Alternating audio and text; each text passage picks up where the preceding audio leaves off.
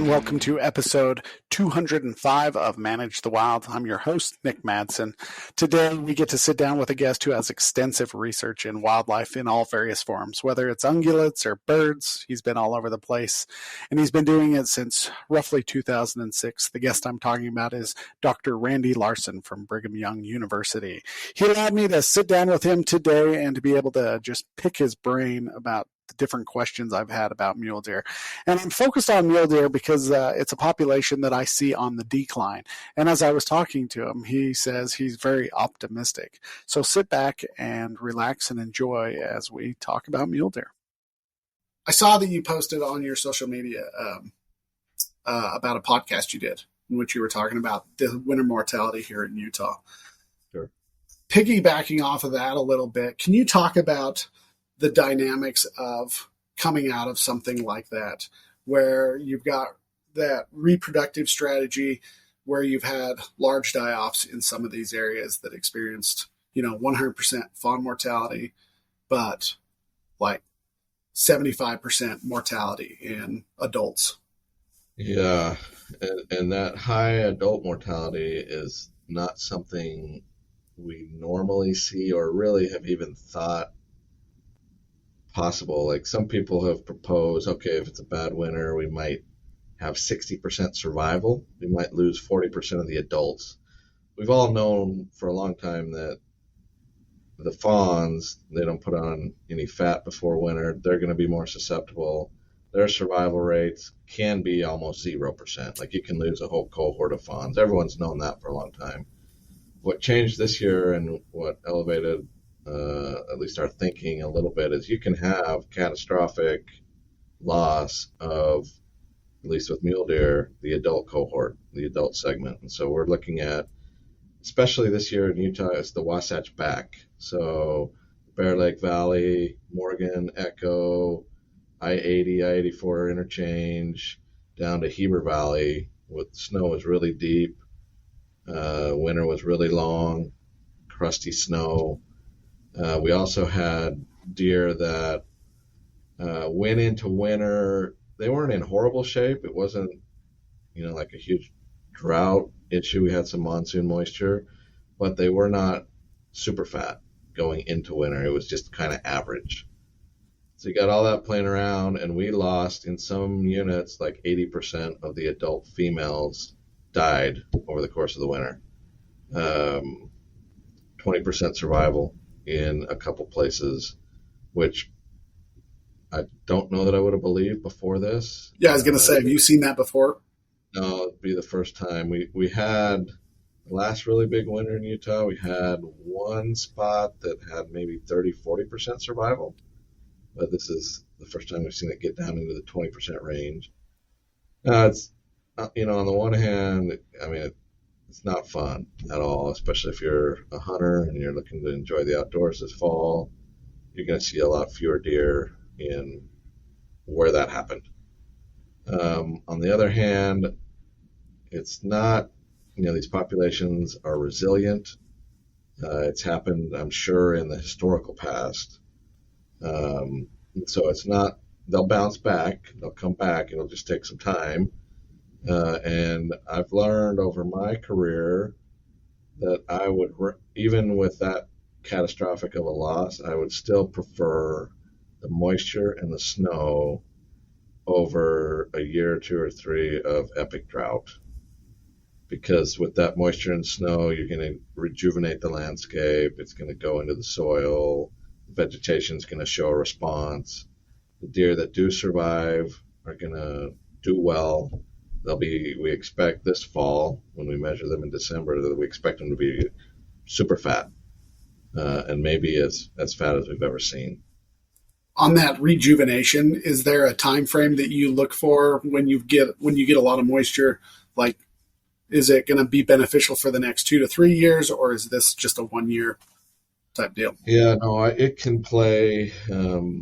It can have decade-long impacts and effects. And what you see sometimes, next time you're out in the woods looking around, think about places you've been and look at when you're out this fall, there are going to be places where maybe all the shrubs are the same age.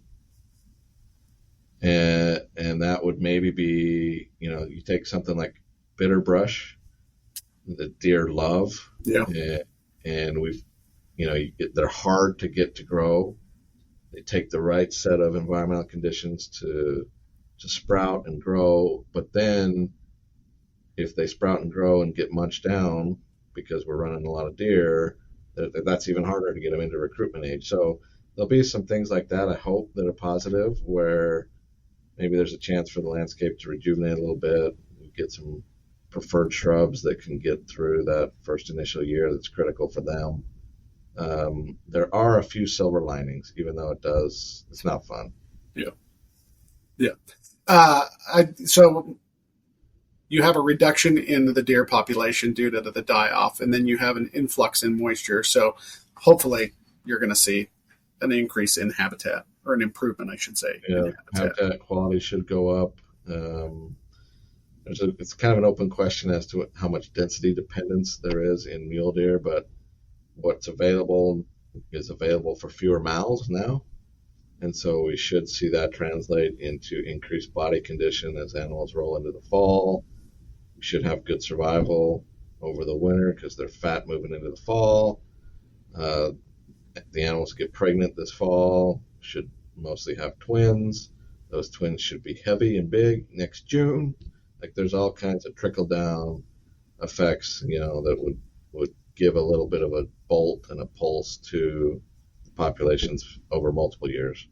That's awesome, because I just remember coming across the study that talked about when you have a doe that is underweight, sick, or whatever, and then she has a fawn or twins, then it's going to take them a couple of years to bounce back, and you kind of have this slow cycle that builds until they're healthy. So hopefully they've got enough fat. And the other thing we need to remember too, for as bad as it was in northern Utah, it's been equally good in southern Utah. Like, we're talking mostly about a winter that affected the northern half of western North America, at least from a mule deer perspective. It was really tough in northern Utah, Wyoming, Idaho, etc. But the southern portion of the range, like in Utah, we're looking at right now, we have record high fawn survival on a couple of the southern units, like the Pine Valley. We've never had fawn survival this high at this time since we've been tracking them with GPS collars. So it's not all doom and gloom. It's been tough in the north, but it's just as good as it has been bad in the south. That brings me to my next question. Talking about multiple different regions, we're talking about mule deer dying in the northern, and then survival in the southern. They've had drought for, 15 years, 10 years at least. Forever. And how do you, as a researcher, work with wildlife managers in helping them gather the data across a place like Utah that goes from the high Uintas all the way down to that desert?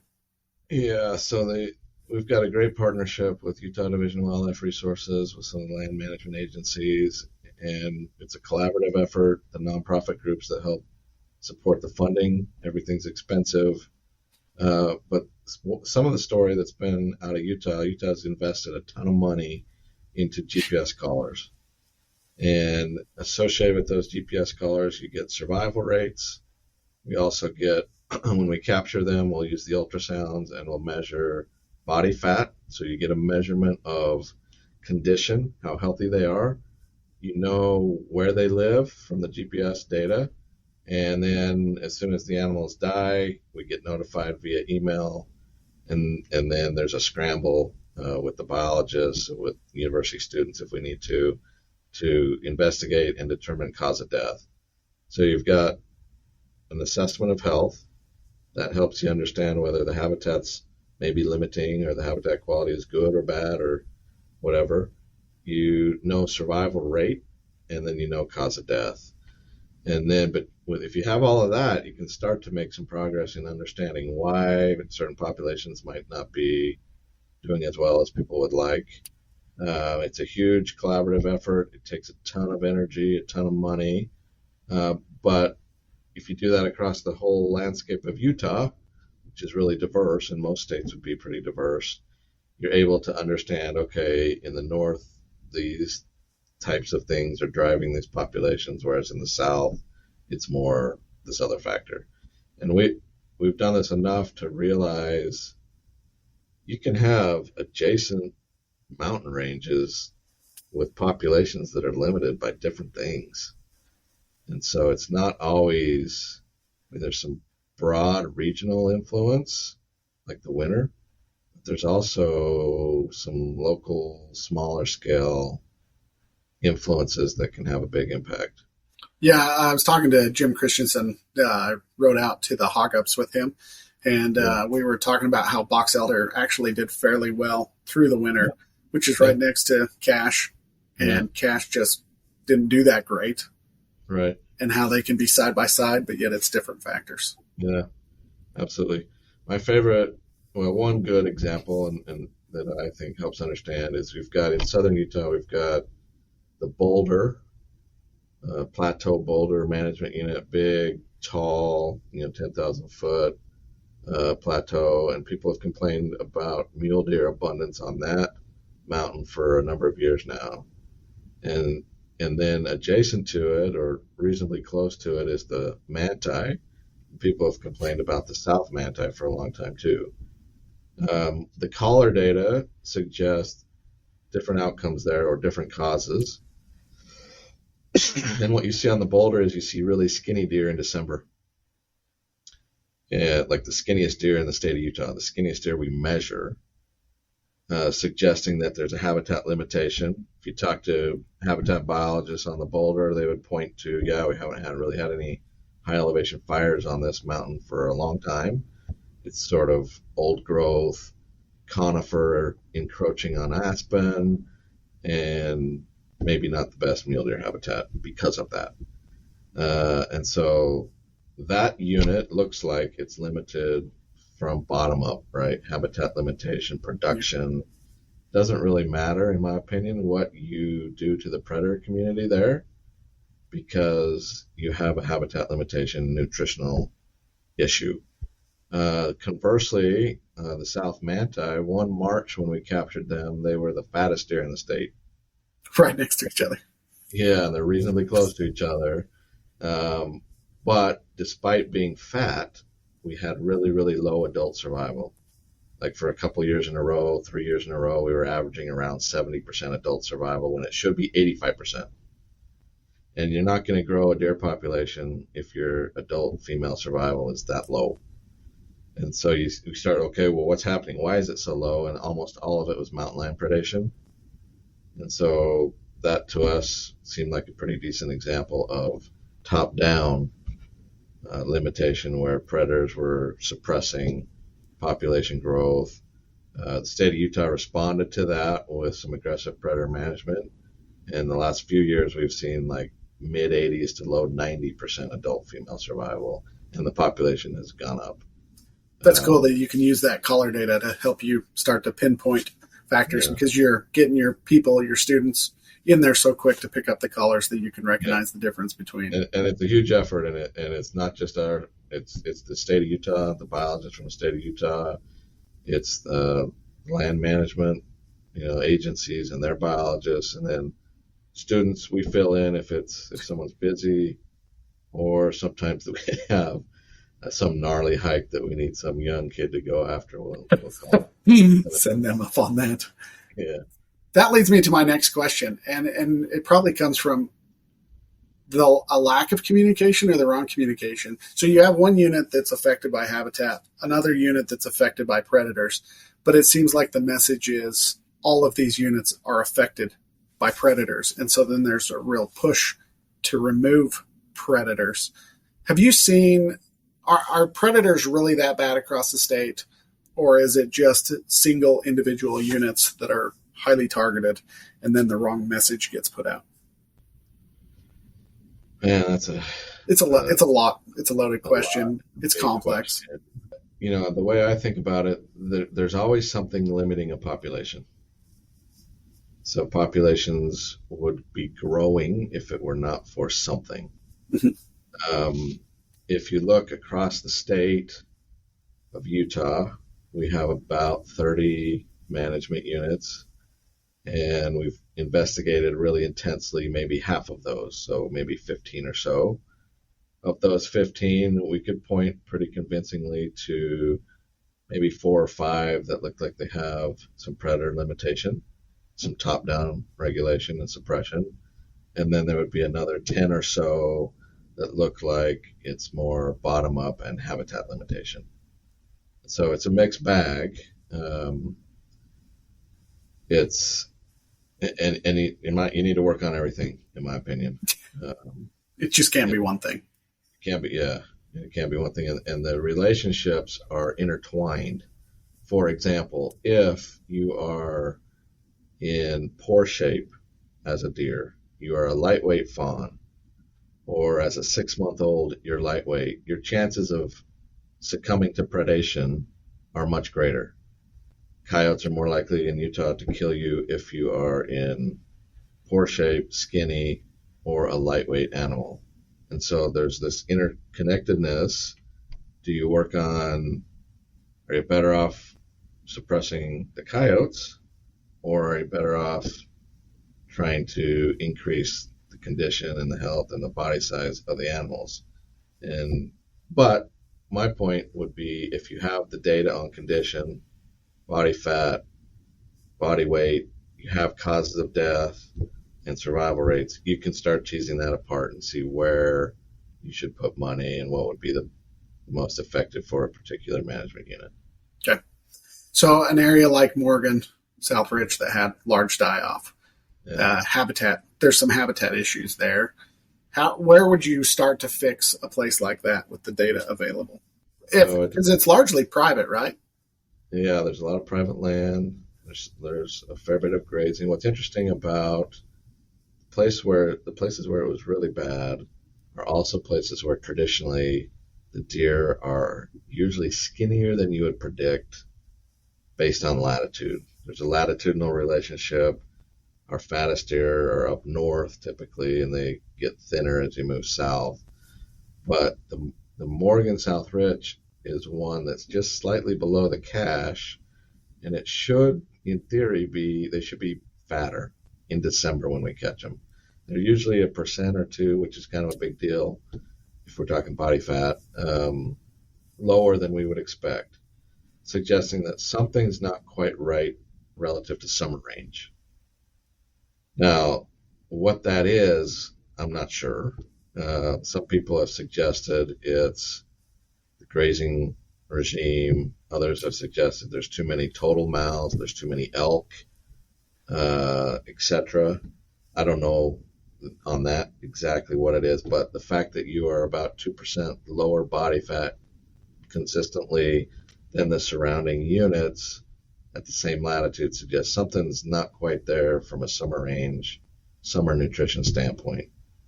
And I think we're working on it. We're trying to figure that out. It's caught people's attention, especially this year with the die-off. And so maybe there'll be some answers that come out in the next few years. But you're able to pinpoint it to that. Is 2% significant statistically?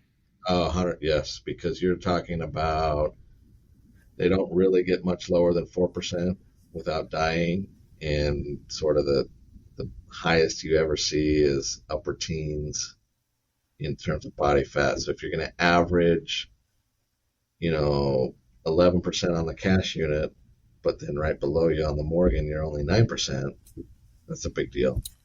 Then you're automatically on the verge of starvation before you get deep into it. You're not on the verge at 9, but by December, January, then you're adjacent unit, which suggests something's different on summer range.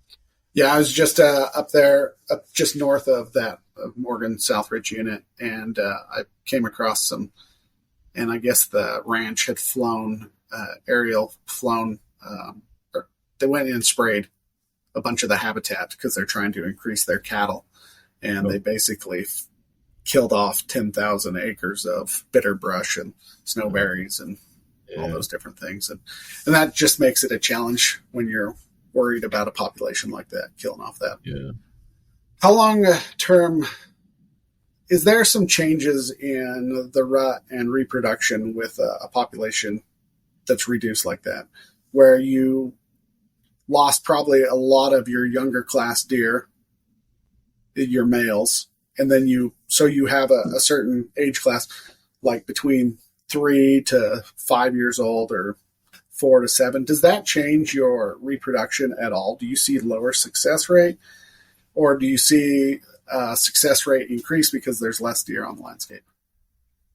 Every time we've ever measured pregnancy rates, which we do every single year, they're almost, in mule deer, they're always really high.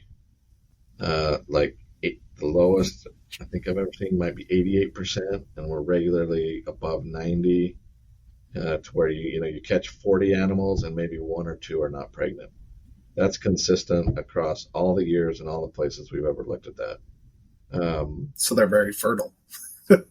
Yeah, and their reproductive and their life history strategy would be, regardless of what shape I'm in, regardless of whether it's a good or a bad year, I'm going to try and reproduce this year.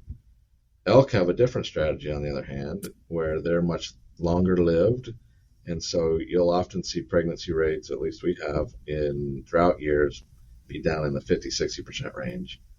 Like the females are almost choosing Not to to. pull off and put their energy into a better year, and to preserve their own reproductive potential into the future. But for mule deer, with the buck-doe ratios we run in Utah, with bad years, good years relative to precip, we've rarely seen anything, haven't seen anything lower than about up 87% pregnancy. Interesting. I didn't realize it was so high. You do see twinning rates that are likely more variable. So in good years, twinning rates are up. For prime age females, twinning rates are higher. And then you'll see bigger, healthier fawns in June. Oh, that's cool. But on the pregnancy side, there's no change. Yeah. They're not affected. Okay. Yeah. Kind of switching gears a little, with the way that Utah is growing, especially along the Wasatch Front, and they're pushing into that habitat. Are there traits that are now being negatively affected by that mule deer have that are now being negatively affected, like the amount of light that's going on or the amount of traffic? Is there things that would negatively affect deer just because of the way they are? Yeah, that's a good question. Like, how are animals responding to increased urbanization? The one thing we're pretty focused on in Utah is trying to understand where the migration routes are. So, several states, Wyoming, Utah, have a migration initiative. Utah's got one that's now maybe 3 or 4 or 5 years old.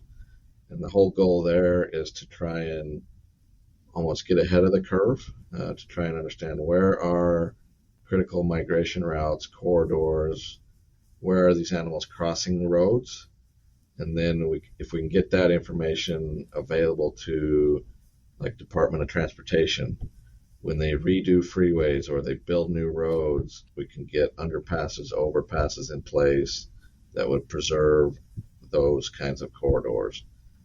So that's a big effort now, which is trying to almost get ahead of that.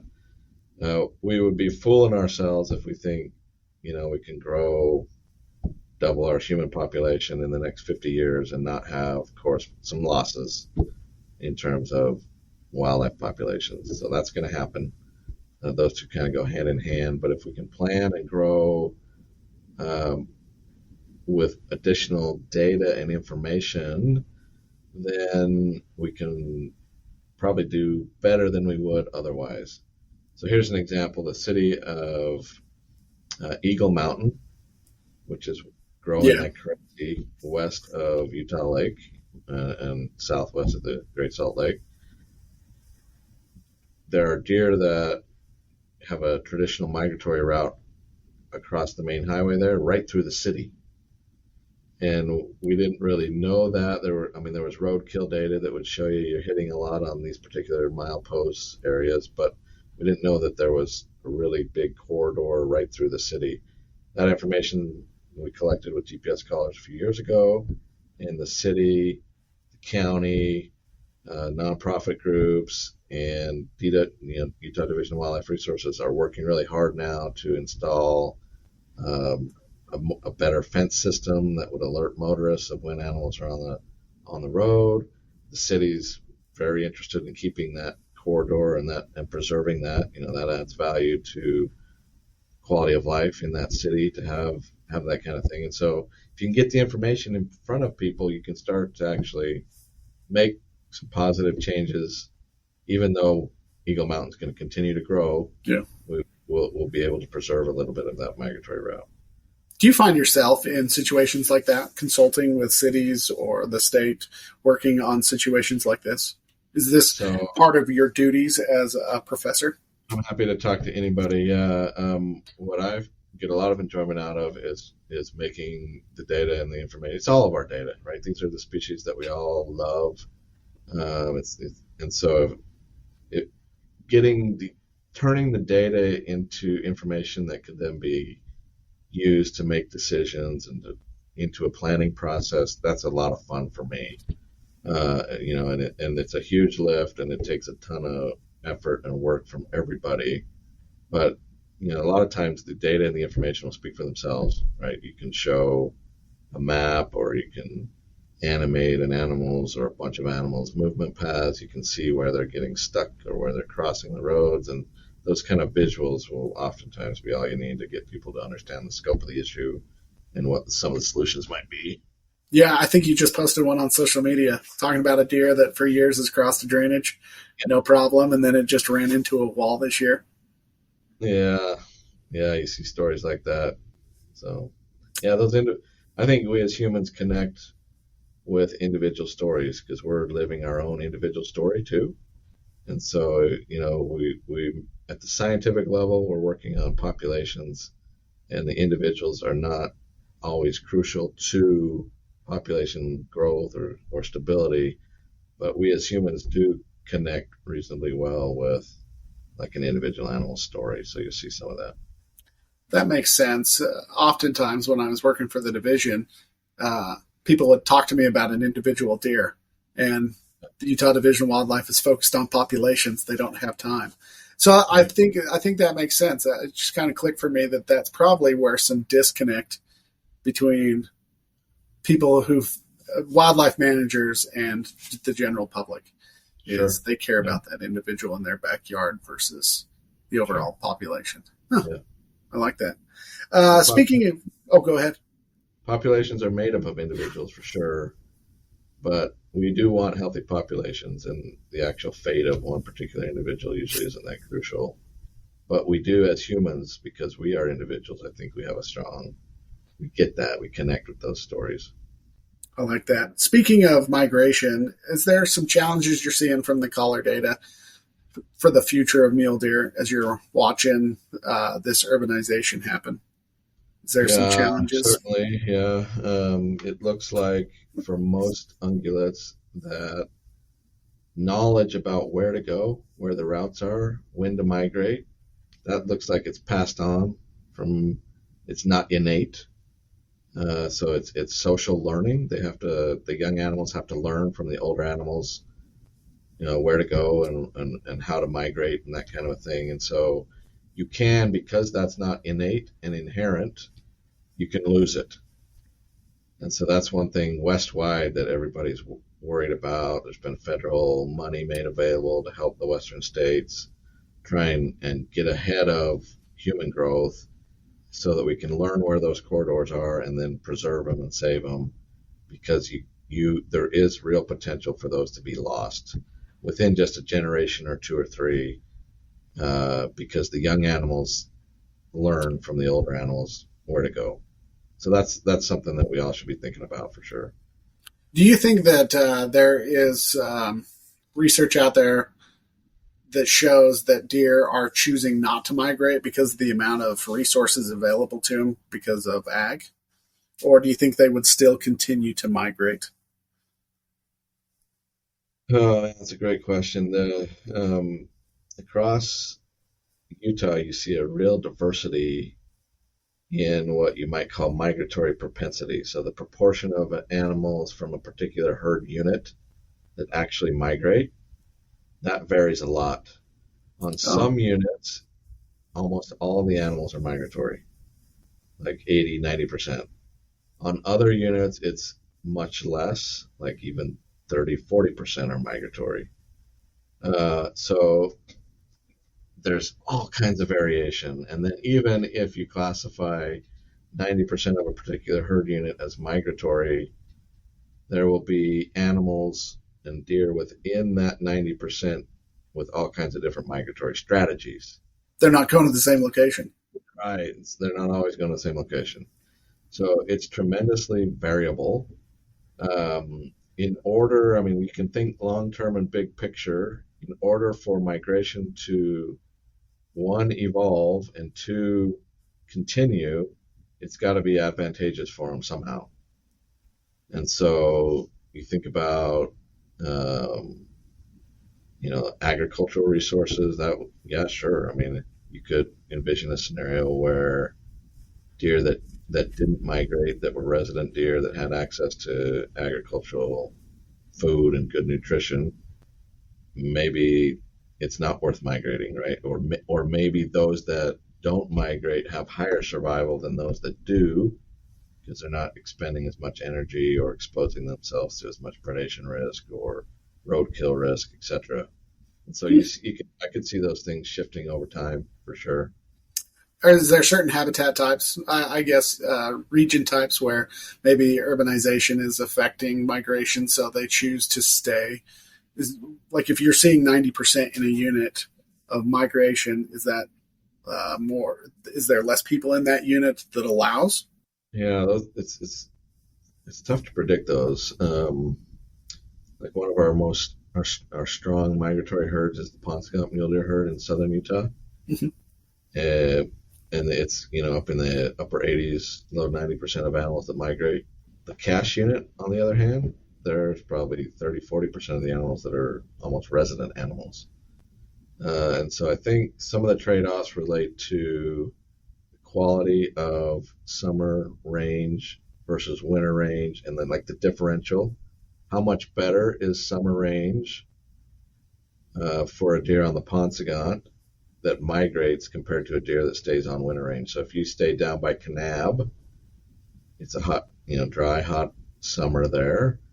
Whereas if you stay at Hardware Ranch, you can both winter and summer at Hardware Ranch. And anyways, I think it's that differential between quality of summer and winter that leads to it. But what we ought to be worried about would be our impact on that in terms of like highways, fencing, some of those kinds of things, because you could and can disrupt those routes with vehicle traffic or fencing. I did hear some stories about I-15, I-84, how there used to be a lot more migration happen into Box Elder, and then they virtually cut it off.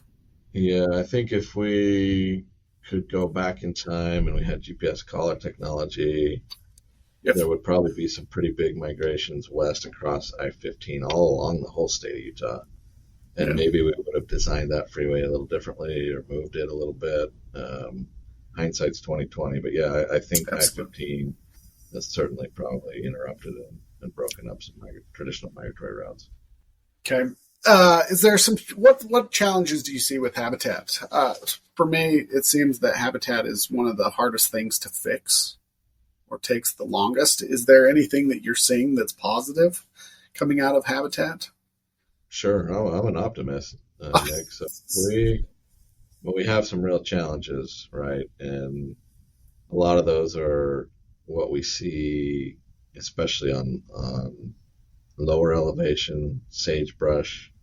We've got invasive cheatgrass. We've got increased fire risk because of that. Those are really challenging and tough issues. But Utah's got, for example, the Watershed Restoration Initiative. Many millions of dollars, some of the best minds involved in actively working to restore landscapes. We're treating, tens of thousands of acres annually in this state at huge cost. And, we're seeing results. We've, Kent Hersey, if you know Kent, who works for Utah Division of Wildlife Resources, is right in the middle of some analysis that's showing some positive influence from those habitat treatments on body fat in mule deer. There's innovative work being done in the central part of the state with aspen restoration. So mechanical treatment of aspen, conifer to try and kind of Stop that reset those invasion. systems. Yeah, we've had a fair number of fires over the last decade, but many of them have been positive. If they're at high elevation, you see a positive response a lot of times in the plant communities there. So there's huge challenges, and I don't want to minimize those, but there's also room for some optimism. Our technology and our ability to understand what the plants and the habitat needs, what the animals need, that's getting better and better and better. And so I choose to be an optimist, Nick. And Good. I think we can make progress despite our challenges. Yeah, there are a few. To help me understand the research process a little better, can you talk about how you pick people to be on your group? Like when you start a new study, how do you go about picking other professors or, to be on that study? I just don't, I've never talked to anybody about that process. Yeah, so I'm trying to think how to jump into that. We have wonderful collaborative relationships with state and federal biologists. And so, I don't really know if it could be any better. We've got a really open, good lines of communication, working really closely with, like Utah Division of Wildlife Resources. What are the research needs? What are the questions that we need answers to so that we can manage these species better? And then research projects always need people and money. Yeah. So we've also, as part of our partnerships and collaborative relationships, we've got relationships with like Mule Deer Foundation, Sportsmen for Fish and Wildlife. They help raise the funds, and we're able to leverage state, private, and then university resources to get stuff done. And it works really well that way. Usually there's some question that needs to be answered. Where does the question generally come from? Is it from you as the professor or as the researcher, or is it coming from the state or a private? All of the above. All of the above. A lot of times those questions have, at least in our world, like a direct management application, like someone needs information to make some kind of management decision. And so, for example, I'll give you a good example of one that just this year, with this big winter, northern Utah went into emergency feeding, and decisions were made, triggers were hit, etc. But there was lots of open questions like, does this even work? Can we actually even make any difference? And local sportsmen and women from the Cache unit in northern Utah really started asking serious questions and kind of pushing that along. And so we got together with them, with the Division of Wildlife Resources. What can we do? Could we scramble? Could we get a bunch of callers out on animals that are being fed? We've got online already from Utah's monitoring effort. We've got animals that already have GPS collars. Could we put together a study and actually try and evaluate that? And then we were able to scramble and do that and get the right people involved, find the funding to do all that, and made that happen on a short turnaround. But that kind of stuff only happens because you've got previous work into developing the relationships and having a good partnership and collaborative group. Does that collaboration change how the research is done based upon working with one group to the next? In how your research is done, do you find that outcomes are different based upon people that you work with? No, we still have academic freedom, right? We're going to still figure out the best. We're going to think hard about what's the best study design. The data are going to be what they're going to be. It was more about like how you're doing the studies, what type of research tools you're using to evaluate. Not necessarily are they telling you not to, because I don't think you'd probably work with somebody like that. We're going to just go where the data go, where the questions go. Are you limited by tools, I guess, or options based upon who you collaborate? There's always some constraints, with land ownership or resources. But in general, we've been able to work through most of those with a successful collaborative partnership kind of approach. So we feel like I don't feel like I've been limited at all or the Brock and I have been limited. We feel like it's amazing. We're able to work together, answer good questions, provide information that helps with management. Cool. Some of the last questions. I don't want to take up too much of your time. With the fawn study you've been on for quite a while, where do you see it going into the future with the data you're collecting? How long do you continue a study like this? As long as the state requests it, or is there questions that you're still continuing to find from all the data you're getting? Yeah, no, that's a good question. One of the things that's been kind of a missing, open, unanswered piece of the whole puzzle is what happens between birth and 6 months of age. We catch a lot of animals with the helicopter in December when they're 6 months old, but obviously we're only catching the ones that made it to that age, and there's story and information and stuff happening before 6 months of age. So the technology has been amazing and really improved over the last couple of decades. And so now we're able to catch adult females in March, evaluate with an ultrasound whether they're pregnant. If they are pregnant, there's technology now that it's called a vaginal implant transmitter. A VIT? Yeah, VIT. It would be the short term for it. And it has both a light and a temperature sensor on it. That can be inserted into the vagina. It has almost like a Bluetooth connection. It's a UHF connection to mom's collar. So we can get an email, or we do get an email that says, hey, birth triggered. Light warning, temperature warning. So those VITs are being put in like February, March. And then we're being notified day of, time of, hour of birth in May or June or July. And then we're able to scramble, go find those brand new babies, and then you can put a little collar on them that also links to mom's GPS collar.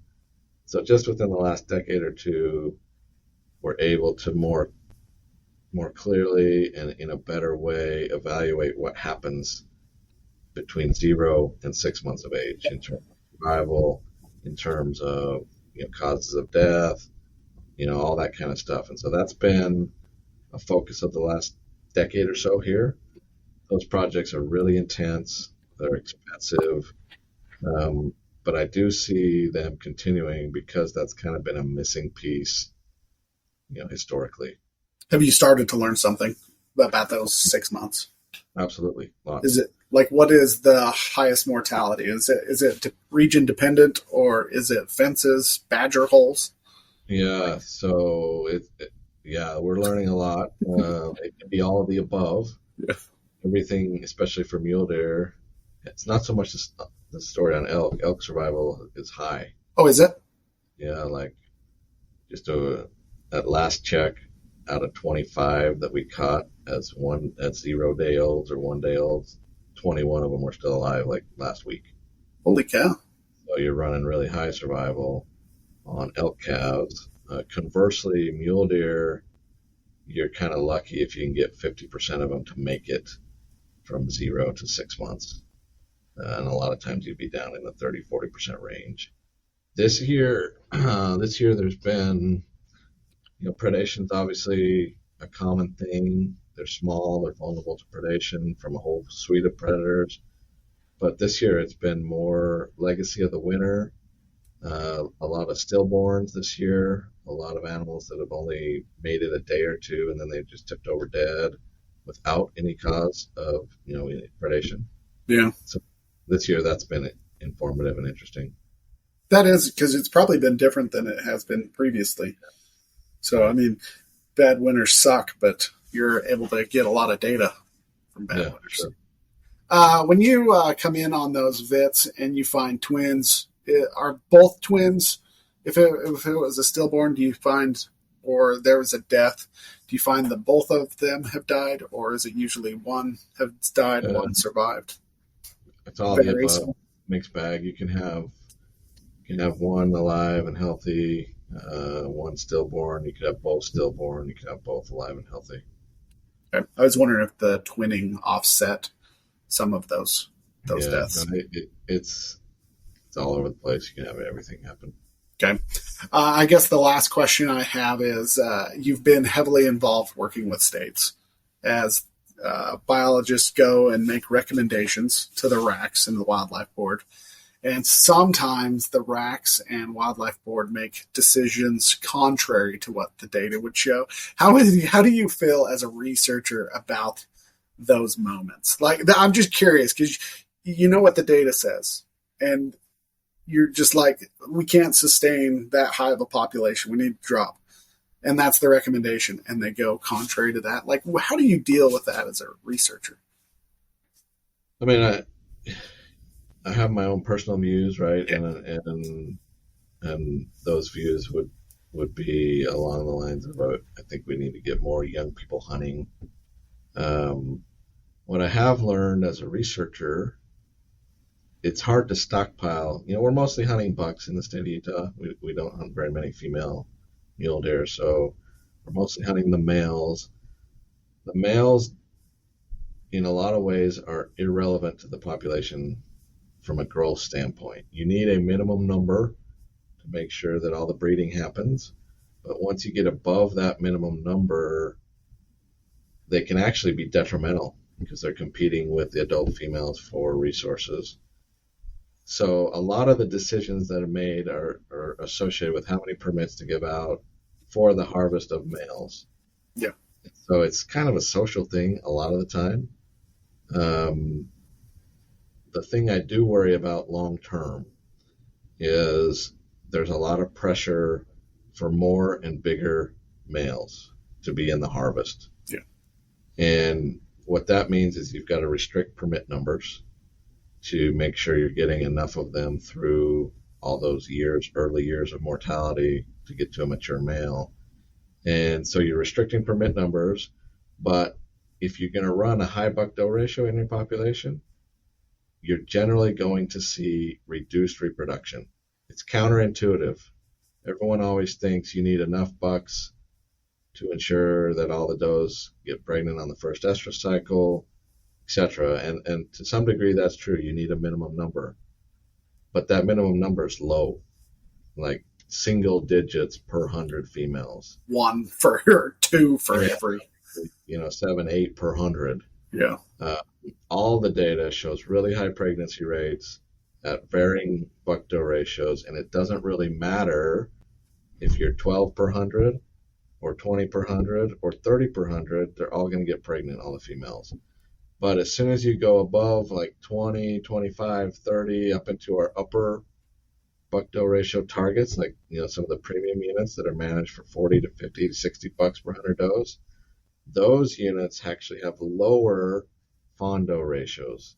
It's not a pregnancy problem, but I think it's a condition where the bucks and the does are competing, eating the same food, and so you get maybe smaller fawns in some situations. Anyways, by the time you count them in November and December, there's a negative correlation with a high buck-doe ratio being typically associated with lower fawn-doe ratios. So that's one thing that I worry about long term is, are we going to continue to have the pressure for large adult males, corresponding push to reduce permits, the jump in buck-doe ratio that generally and typically leads to a decline in fawn-doe ratios? Are we going to see that continue and more of that over the long term? I worry about that. I think social media is going to push it that way. Yes. I mean, Instagram, Facebook, everybody wants to see those big bucks. Yes, you don't regularly see little spikes or yearlings. It's a little forky. Nobody's going after the forky and posting that. Right. Yeah, I think there's definitely pressure. I also worry about population objectives. Like on the cache, since the early 90s, it's been roughly 20,000 for a population objective. And every time we get there, it crashes and drops down to 14, 15,000, and then we start building it back up slowly again. I often feel that I think there's a lot of pressure to hold more deer because people have this perspective. If you hold more deer, then there's going to be more big ones. And I just don't. Yeah. It's just hard to get that through that there's going to be, maybe we are at population and we need to drop it down. There's strong relationships with nutritional condition of adult females and how big the fawn is, and then correspondingly how the antlers develop. So nutrition's a big deal. Maybe the biggest influence on antler size, it's not genetics, although that plays a role.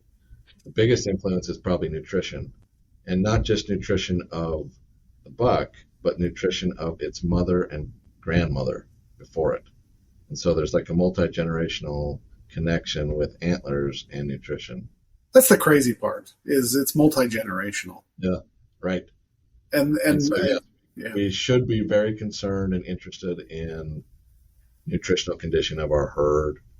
I think the Division of Wildlife Resources is pretty active. They've got really great data from the ultrasounds on body condition, and I think would be very responsive if you perpetually saw a problem that suggested like the population objective was too high.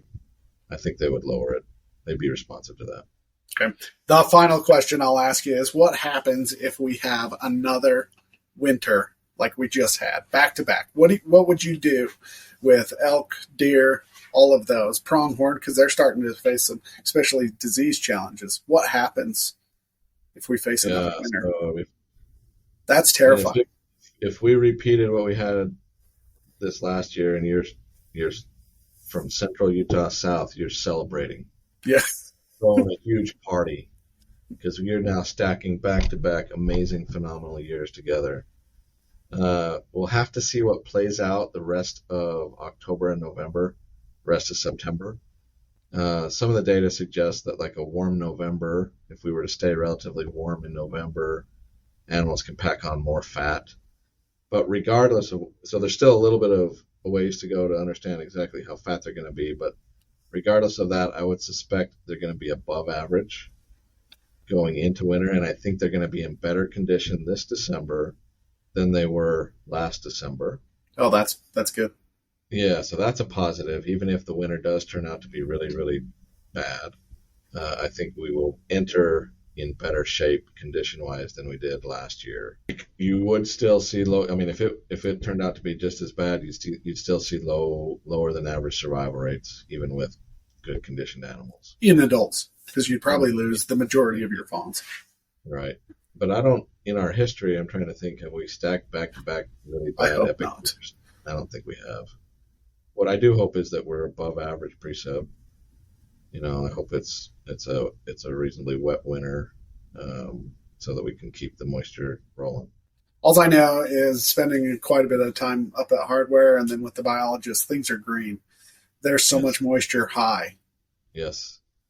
Things are looking great. Yes. I talked to a friend the other day who said that like fuel moisture from a fire perspective is setting records for high. So that's good. Yeah.